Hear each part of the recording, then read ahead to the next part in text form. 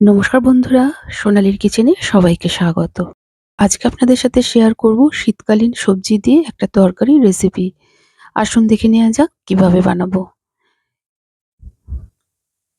এখানে তরকারিটা বানানোর জন্য দুটো ছোট আলু এরকম ডুমো করে কেটে নিয়েছি, দুটো গাজর এরকম করে কেটেছি, একটা বিট এরকম করে কেটে নিয়েছি, একটা বেগুনের অর্ধেক এরকম ডুমো করে কেটেছি, হাফ কাপ মটরশুঁটি, ১০০ গ্রাম শিম নিয়েছি, আর এখানে দুটো মিডিয়াম সাইজের পেঁয়াজ এরকম বড় বড় টুকরো করে কুচিয়ে নিয়েছি।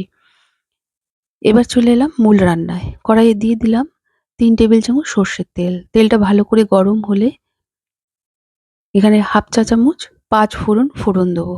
ফোড়নটা থেকে একটা সুন্দর গন্ধ বেরোলে প্রথমেই আমরা বড় করে কেটে রাখা পেঁয়াজগুলো দিয়ে একটু নেড়েচেড়ে নেব। তারপর এতে গাজর, বিট আর আলুটা দিয়ে কিছুক্ষণ রান্না করব। পুরনো বন্ধুরা তো আমার পাশে আছেন। যারা আমার নতুন বন্ধু, প্রথম আমার ভিডিও দেখছেন, তাদের কাছে অনুরোধ রইল, আমার রেসিপি যদি ভালো লেগে থাকে প্লিজ আমার চ্যানেলটিকে সাবস্ক্রাইব করে পাশে থাকা বেল আইকনটি অবশ্যই প্রেস করবেন। এতে আমি যাই রেসিপি আপলোড করি না কেন নোটিফিকেশন সবার প্রথম আপনার কাছে গিয়েই পৌঁছাবে। আলু, বিট, গাজর এই ৩ টে সবজি দিয়ে কিছুক্ষণ রান্না করে নেয়ার পর এতে দিয়ে দিলাম স্বাদ অনুযায়ী লবণ আর হাফ চা চামচ হলুদ গুঁড়ো। এবার এটাকে ভালো করে নেড়ে-চেড়ে ঝালের জন্য কটা কাঁচা লঙ্কা দিয়ে আবারও কিছুক্ষণ নেড়ে-চেড়ে নেব। তারপর গ্যাসের ফ্লেমটিকে মিডিয়ামে রেখে এটা ঢেকে দেব।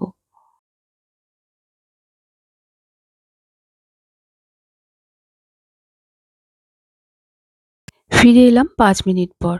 সবজি থেকে অনেকটা কিন্তু জল বেরিয়েছে। এখানে গাজরটা আর বিটটা হালকা নরম হয়ে এসছে। এখনো সেদ্ধ হওয়া বাকি আছে। এখন এতে যোগ করে দেবো কেটে রাখা শিম, বেগুন আর মটরশুঁটি। এই ৩ টে উপকরণ দিয়ে সমস্ত সবজির সাথে ভালো করে মিশিয়ে একটু নেড়েচেড়ে নিয়ে গ্যাসের ফ্লেমটিকে মিডিয়ামে রেখে আবারও ঢেকে দেবো। এই তরকারিটায় বিশেষ কোনো কিন্তু মশলার প্রয়োজন হয় না। হালকা একটা ফোড়ন দিয়ে পেঁয়াজ দিয়ে রান্না করলেই এর স্বাদ কিন্তু অসম্ভব ভালো হয়ে ওঠে।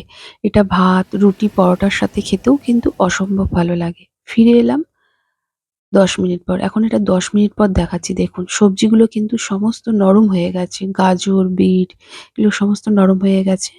আর যে জলটা বেরিয়েছিল তাও অনেকটা শুকিয়ে এসছে। এখন একটু নেড়েচেড়ে নেয়ার পর এতে বেশ কিছুটা পরিমাণ ধনেপাতা কুচি দিয়ে ভালো করে মিশিয়ে নেব। এইভাবে তরকারিটা রান্না করে দেখবেন, যারা বিট খেতে পছন্দ করেন না তারাও কিন্তু খুব তৃপ্তি করে খাবে।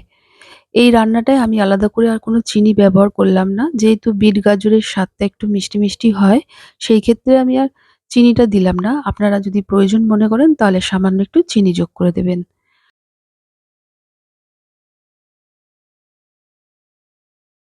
শীতকালীন কিছু সবজি দিয়ে এই তরকারিটা আমাদের সম্পূর্ণ তৈরি হয়ে গেছে।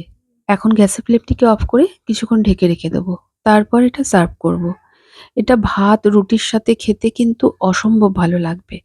আবার আজকের এই রেসিপি আপনাদের কেমন লেগেছে অবশ্যই কমেন্ট করে জানাবেন। ভালো লাগলে একটা লাইক ও প্রচুর শেয়ার করবেন।